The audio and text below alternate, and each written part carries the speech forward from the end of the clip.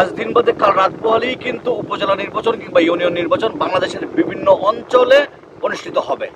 আর আমরা জনগণ প্রস্তুত রয়েছি আমাদের শিক্ষা দীক্ষা বিবেক বুদ্ধি সব কিছুকে বিসর্জন দিয়ে ভোট দেওয়ার জন্য।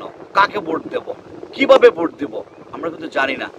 যারা চেয়ারম্যান কিংবা মেম্বার পদপ্রার্থী যারা প্রতিদ্বন্দ্বিতা করছে নির্বাচনে, তারা প্রত্যক্ষ কিংবা পরোক্ষভাবে লক্ষ লক্ষ টাকা কোটি টাকা খরচ করছে। আপনি বুঝতে পারছেন? আমরা সাধারণ জনগণ একটা চেয়ারম্যানের প্রায় 1 কোটি টাকা খরচ করে ফেলছি শুধুমাত্র চা আর পানি খাওয়ার জন্য। ভাবা যায়? তো সেই চেয়ারম্যান কিংবা সেই মেম্বার যখন নির্বাচনে জয়ী লাভ করবে তখন সে কি করবে? সে বাধ্যতামূলক চুরি করবে। চুরি করতে হবে তার, কারণ সে তো তার বাপদাদার সম্পত্তি বিক্রি করে নির্বাচন করবে না বা আমাদের সেবা করবে না। তার কি ঠেকা লাগছে নিজের সম্পত্তি বিক্রি করে ঠেকা আমাদের এই সেবা করার জন্য? তো অতএব যেই গরিব দুঃখীদের জন্য যে ত্রাণ সামগ্রী আসবে কিংবা রাস্তাঘাট কালভার্ট ব্রিজ উন্নয়নের জন্য যত উন্নয়নের প্রকল্প আসবে সব কিছু তার খাওয়ার অধিকার আছে আমি মনে করি। কারণ সেই পথ আমরাই দেখাচ্ছি। আমরা সাধারণ জনগণের মাথা বিক্রি হয়ে যাচ্ছে। প্রত্যেকটা নির্বাচনে আমাদের মাথা বিক্রি করে দিচ্ছি। আমরা সাধারণ জনগণ আমাদের বললাম না যে আমাদের শিক্ষাকে, আমাদের বিবেককে, আমাদের বুদ্ধিকে আমরা বিক্রি করে দিচ্ছি।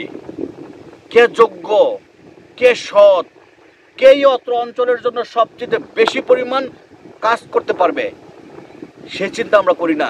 সেই বিবেক বুদ্ধি দিয়ে আমরা বোঝার চেষ্টা করি না।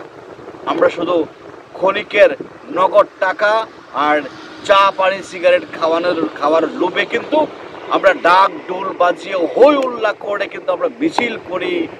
আমরা ভোট দেওয়ার জন্য রেডি রয়েছি। আগামীকাল অনুষ্ঠিত হবে নির্বাচন, ইউনিয়ন নির্বাচন, তারপর হবে ধাপে ধাপে উপজেলা নির্বাচন।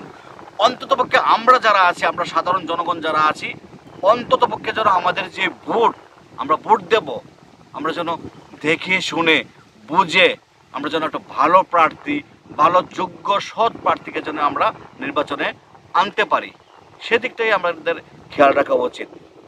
সবাই ভালো থাকবেন। আল্লাহ হাফেজ।